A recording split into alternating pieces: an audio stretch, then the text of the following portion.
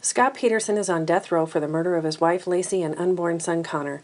The prosecution's changing theories asserted that Scott killed Laci in their Modesto, California home sometime between the evening of December 23rd and the morning of December 24th in 2002.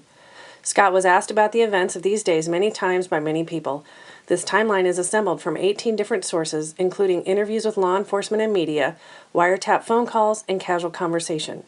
Detective Brocchini with the Modesto Police Department testified that Scott, quote, told me a lot of truth, unquote. Not only does this timeline show how truthful Scott was about the events of December 23rd and 24th, but it shows also the lack of time he had to commit the crime he's convicted of. Beginning the evening of Monday, December 23rd, Scott said he and Laci went to Salon, where Laci's sister, Amy Rocha, worked, and that Amy gave him a haircut. Amy Rocha confirmed this to be true and added that she showed Laci how to fun flip her hair with a straightener. Amy testified that Scott invited her over for pizza that night, but she already had plans. She said Scott mentioned plans to golf in the morning and offered to pick up a gift basket that Amy had purchased for their papa at a store called Vella Farms. Amy Rocha told police that Laci was wearing tan pants and a black blouse with small flowers. Scott said when they left the salon, they picked up Mountain Mike's Pizza on the way home. Once home, they ate pizza and watched Monday Night Football. At 8:30 p.m., Laci spoke with her mother, Sharon Rocha, on the phone to confirm their Christmas Eve dinner plans at Sharon's the next day. Scott said after Sharon's phone call, they continued watching football and then watched the movie The Rookie. Scott estimated they went to bed around 10:30 p.m. and that Laci wore his blue pajama pants to bed. Amy later identified both the pants and blouse that Laci was wearing on December 23rd during a search warrant of the house. Laci's clothing from the 23rd was accounted for after she went missing. She was not murdered or abducted in this clothing, which unfortunately is presented as a fact in the made-for-TV movie The Perfect Husband. On December 24th, Scott estimated Laci woke up at 7 a.m. She got dressed and placed the blue pajama pants in the hamper, which is where they were found during a December 26th search of the house. Scott said she ate right when she got up to avoid feeling sick, and Laci's mom confirmed this to be true. Scott said Laci had already eaten cereal by the time he woke up between 8 and 8:30 a.m. Laci had a piece of toast while he ate cereal. Scott said the cereal was cinnamon puffins from Trader Joe's. Receipts show that Laci had purchased the cereal the day before. At 8:40, Laci logged onto the computer in the spare bedroom while Scott was in the shower. The MSN homepage, a weather site from Yahoo, and 2 Yahoo shopping sites were accessed. One shopping site was for a red Gap scarf and the other a sunflower umbrella stand. Laci logged off at 8:45 a.m. An analysis of Laci's typical computer use could have been done to confirm that this was in fact Laci on the computer, but Detective Wall with the Modesto Police Department was never asked by the investigators in charge to do this analysis. This is evidence that Laci Peterson was still alive at 8:45 a.m. As Scott got dressed, Laci told him about her plans for the day. She was going to walk Mackenzie, go back to the store, and make gingerbread. She needed to buy bread for the French toast they were going to serve at their Christmas brunch. When recalling this conversation, Scott called it cordon bleu French toast to one person and Grand Marnier French toast to another. Scott also mentioned that Laci had to marinate the French toast. The recipe was on the kitchen counter. It was actually creme brulee French toast, calling for Grand Marnier, and the bread had to be marinated anywhere from 8 to 24 hours. In a recorded phone call with Laci's mom, Scott described Laci that morning. He said, quote, that Laci looked so cute because she was sitting on her bench in front of the mirror styling her hair the way that Amy had shown her, unquote. This photo, taken the evening Laci disappeared, shows Laci's curling iron on the bathroom counter with the cord extended toward the outlet near the toilet. The housekeeper, Margarita Nava, who was there the day before, testified that nothing was on the bathroom counter and no bench was in the bathroom when she left. This is evidence that Laci was still alive and curling her hair. Scott said he then loaded 3 patio umbrellas from the backyard into the bed of his truck. He was going to store them at his warehouse. Neighbor Kristen Dempwolf walked by while Scott was loading the umbrellas. She said Scott was smiling and called out good morning to her. Scott then went back into the house and filled the mop bucket for Laci so she could mop the floor. Scott told Detective Brocchini that he and Laci were first watching the Today Show and then had Martha Stewart on. Scott remembered seeing something on Martha Stewart about meringue and cookies. Cookies and meringue were in fact mentioned on Martha Stewart on December 24th at 9:48 a.m. You have to ask why Martha Stewart is on if Laci is not alive. Scott said he then left out the side French doors for work while Laci was mopping the kitchen floor. Scott gave various estimates of when he left home, all falling between 9:30 and 10:30 a.m. He made the 9-minute drive to his warehouse, checking the voicemail on his cell phone at 10:08 a.m. Scott parked at his office and entered through the pedestrian door. Scott told the police that he had checked his email and sent one email to his boss, who had left him the earlier voicemail. Computer forensics showed Scott continuously logged onto his computer for 26 minutes, between 10:30 and 10:56 a.m. He checked email, sent email, and looked up instructions on how to assemble a woodworking tool called a mortiser that he had just received via UPS. There's approximately 20 minutes from when Scott logged off the computer to when he left the warehouse. Scott said during this time he cleaned up the office a bit and began assembling the mortiser. He opened the roll-up door to the warehouse and unloaded some tools from the toolbox in the bed of his truck. While doing so, he cut his knuckle on the toolbox. He then opened the driver's side door of his truck to get a napkin and thought that maybe his blood would be found there. To support Scott's statements, evidence showed that Scott had just received the mortiser on December 20th, and the mortiser was found assembled on a trailer in Scott's warehouse. Forensic testing also showed one drop of Scott's blood on his car door.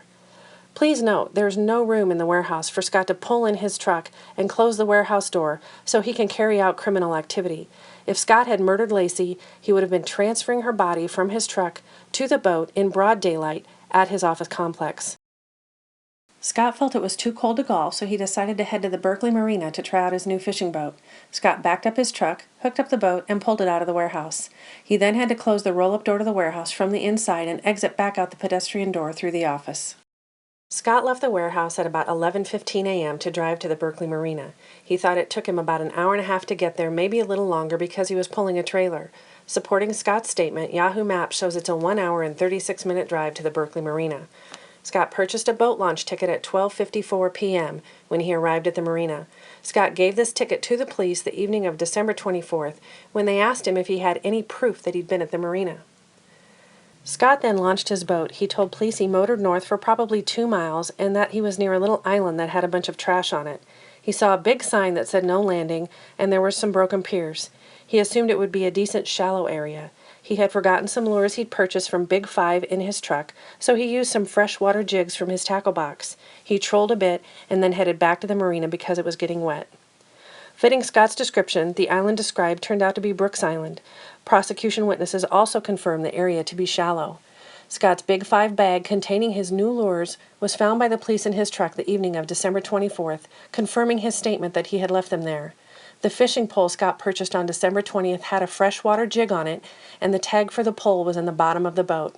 Scott, in fact, was fishing while out on the bay. When Scott arrived back at the marina, he said he talked to a couple guys about fishing and that a couple maintenance guys got a good laugh from him trying to back his trailer down the ramp to load the boat. Detective Rick Armendariz interviewed a maintenance worker named Michael Vestry on December 27, 2002. He confirmed seeing Scott's vehicle and that the driver was having trouble backing the trailer in to get the boat out of the water. Scott estimated being at the bay for about 90 minutes. From the time Scott bought the ticket to when his cell phone records show him leaving the area is about 78 minutes. Scott said when he left the marina he called Laci at home and on her cell phone. He said he also called friend Greg Reed and his parents on the way home. He said he got stuck in some traffic. Confirming his statements, Scott's message was retrieved from Laci's voicemail by Detective Al Brocchini the evening of December 24th. Hey, beautiful. I just left a message at home. 2:15. I live in Berkeley. I won't be able to get to Villa Farms to get that basket for Papa. I was hoping you would get this message and go on out there. I'll see you in a bit, sweetie. Love you. Bye. End of message. Scott's cell phone records confirm all of the calls. Scott said he pulled over for gas at a Chevron in Livermore and called Laci again. Bank records show this purchase was at 3:25 p.m. Scott makes another call to Laci's cell phone at 3:52 p.m. but does not leave a message. Scott arrived back at the warehouse at 4:15. He said he unhooked the boat and estimated spending no more than 5 minutes in the office. He thinks this is when he sees a fax regarding an incoming shipment. He tells the police he remembers seeing the fax because he was disappointed that the shipment was arriving when it was. Scott then headed home. The incoming fax was time-stamped 11:28 Pacific Standard Time. The fax came in after Scott had left for the marina. Scott estimated he arrived home between 4:30 and 4:45 p.m., which was accurate. He entered through the side gate where he found their dog Mackenzie with his leash on. Scott removed the leash and put it on the patio table. It was discovered later that night that next-door neighbor Karen Service had found Mackenzie in the street with his leash on and put him back in Scott and Laci's yard. Scott said he entered the home and the dog and cats ran into the house. Scott emptied the mop bucket because it looked like one of the cats might drink out of it. He poured the water out near the front walkway and placed the bucket and mops there. He got the mail while outside. Laci's car was in the driveway, but Laci was not home. Scott assumed Sharon had picked up Laci and that she was at her mother's house preparing for Christmas Eve dinner. Scott said his clothes were a bit wet, so he undressed and put them into the washer. He first removed the dirty cleaning rags from the washer that the housekeeper had left from the day before. He added soap and started the washer. He said he often did this when he got home because he worked with chemicals. Scott and Laci's home had no garage, supporting that there would be nowhere to put soiled clothing. The washer and dryer were located in the family room.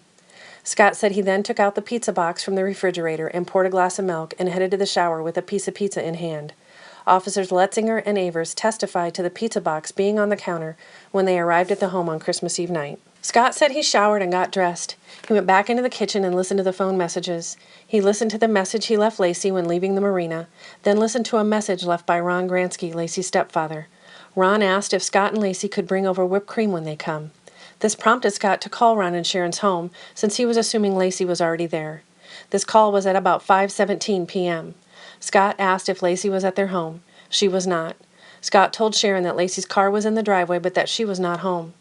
Sharon asked if Mackenzie was in the yard, and that is when Scott remembered that the leash was on the dog. At this point, the search for Laci began.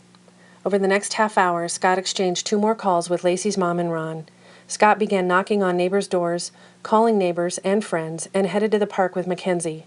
Sharon told Scott they'd begin calling hospitals so he could check the park, and Ron called 911 at 5:47 p.m. to report Laci as missing.